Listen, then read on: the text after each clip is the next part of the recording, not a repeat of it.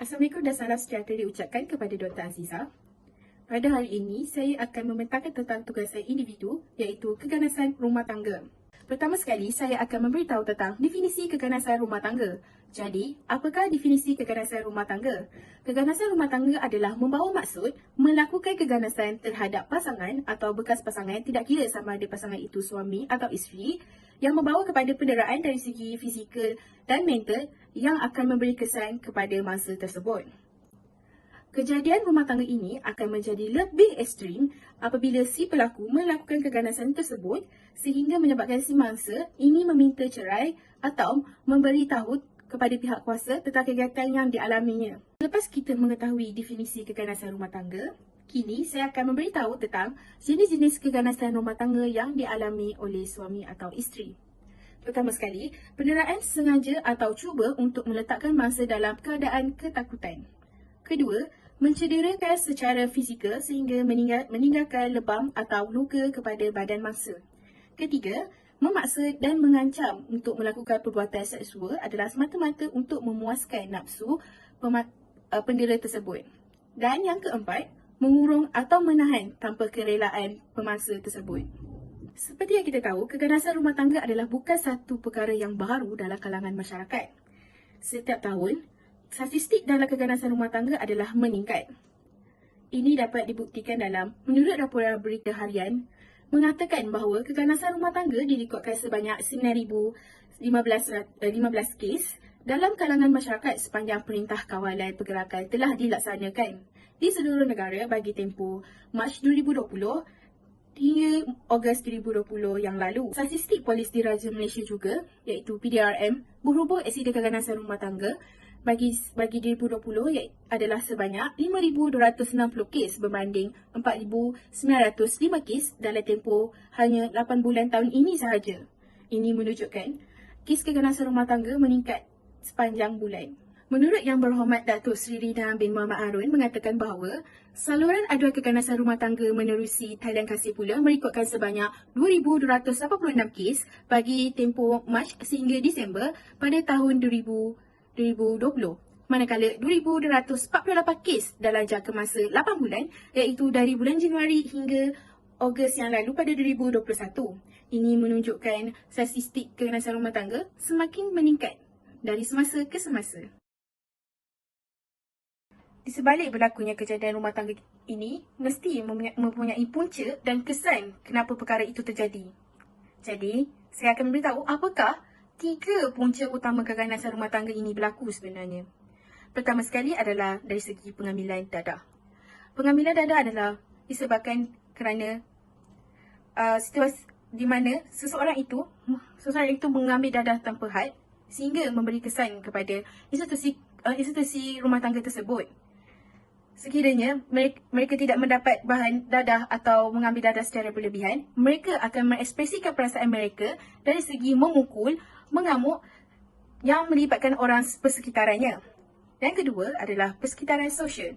Persekitaran sosial kebiasaannya berlaku apabila mangsa akan mengurungkan diri sendiri daripada masyarakat kerana risau dengan apa yang dikatakan oleh jiran tetangga sekiranya mereka nampak tubuh badan pemangsa dalam keadaan yang tidak baik. Dan kedua, kemungkinan boleh jadi sama ada pendera biasanya mengurungkan mangsa dalam rumah untuk mengelakkan daripada diketahui oleh jiran tentang kegiatannya memukul isteri atau suaminya. Punca yang ketiga adalah ekonomi di dalam rumah tidak stabil. Perkara ini berlaku ketika PKP, semua premis atau sektor perniagaan terpaksa ditutup untuk mengurangkan jangkitan COVID-19. Ini juga dapat dibuktikan sendiri oleh Menteri Pembangunan Wanita, Keluarga dan Masyarakat, Datuk Seri Rina Harun berkata, PKP adalah bagi mengangkang sebenar penularan jangkitan COVID-19.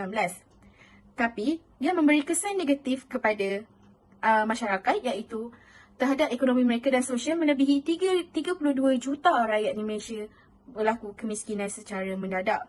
Ini memberi kesan yang paling besar dalam sesuatu institusi keluarga kerana kita memerlukan keuangan untuk meneruskan kehidupan. Seterusnya, kita pergi kepada kesan daripada keganasan rumah tangga ini. Pertama sekali, penceraian akan berlaku. Ini akan terjadi apabila si pemangsa tidak tahan dengan hidup dengan si pendera. Mungkin mereka terkesan dengan penderaan sepanjang hari sehingga melibatkan fizikal dan mental mereka. Yang kedua, telah mengganggu mental dan emosi seseorang. Ini terjadi apabila pendera tidak boleh mengharungi perkara tersebut sehingga mendatangkan depresi dan kegusaran yang tinggi kepada diri mereka sehingga memberi kesan trauma kepada diri mereka untuk menghadapi hidup baru atau berjumpa orang yang baru. Yang ketiga, dipandang serong oleh masyarakat. Biasanya, stigma perceraian ini adalah merupakan satu stigma yang negatif kepada masyarakat. Mereka menganggap bahawa sebuah perceraian ini adalah disebabkan satu yang tidak baik. Jadi, mereka menganggap bahawa mungkin satu institusi perkahwinan itu tidak berjaya melangsungkan perkahwinan mereka sehingga ketua. Terakhir sekali, untuk melindungi pendera daripada berlakunya keganasan rumah tangga, Jabatan Kebajikan Masyarakat telah menyediakan 2 polisi. Yang pertama adalah Perintah Perlindungan Intim IPO atau Perintah Perlindungan. Yang kedua, Perintah Perlindungan Kecemasan Emergency Protection Order. Pertama sekali, apakah Perintah Perlindungan Intim IPO atau Perintah Perlindungan? Pengurusan dan perlindungan mangsa keganasan rumah tangga adalah berdasarkan Akta Keganasan Rumah Tangga 1994 AKRT.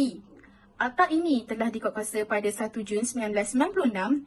Ia memberi perlindungan kepada mangsa keganasan rumah tangga sama ada melalui Perintah Perlindungan Intim IPO atau Perintah Perlindungan yang dikeluarkan oleh mahkamah atau penempatan sementara di tempat yang selamat yang telah diluluskan oleh Yang Berhormat Menteri. Apakah falsafah di sebalik keganasan rumah tangga 1994 ini? Ia adalah membendung kecenderungan untuk menggunakan keganasan rumah tangga. Nombor 2, dia adalah merupakan alat untuk menyelesaikan masalah rumah tangga dan memelihara kesejahteraan dalam keluarga. Yang ketiga adalah menjadi sebagai alat instrumen untuk mangsa mendapat perlindungan segera apabila keganasan diperlakukan ke atas dirinya. Apakah kesalahan-kesalahan yang telah disenaraikan di bawah Akta Keganasan Rumah Tangga 1994 yang dibaca bersama kanun keseksaan?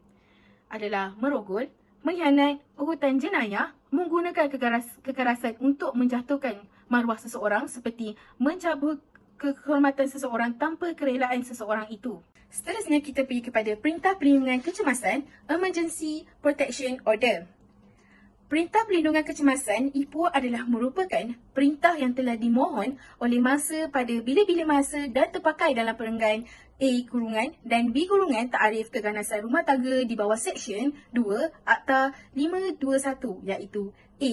Secara bersengaja atau dengan disedarinya meletakkan atau cuba meletakkan mangsa itu dalam keadaan ketakutan, kecederaan fizikal, atau B. Menyebabkan kecederaan fizikal pada mangsa itu dengan sesuatu perbuatan yang diketahui akan disebabkan oleh kecederaan fizikal. Jadi, siapakah yang boleh mohon Perintah Perlindungan Kecemasan IPO ini? Perintah Perlindungan Kecemasan IPO ini boleh dipohon secara expert oleh Seksyen 3A Kurungan 3 iaitu mangsa itu sendiri.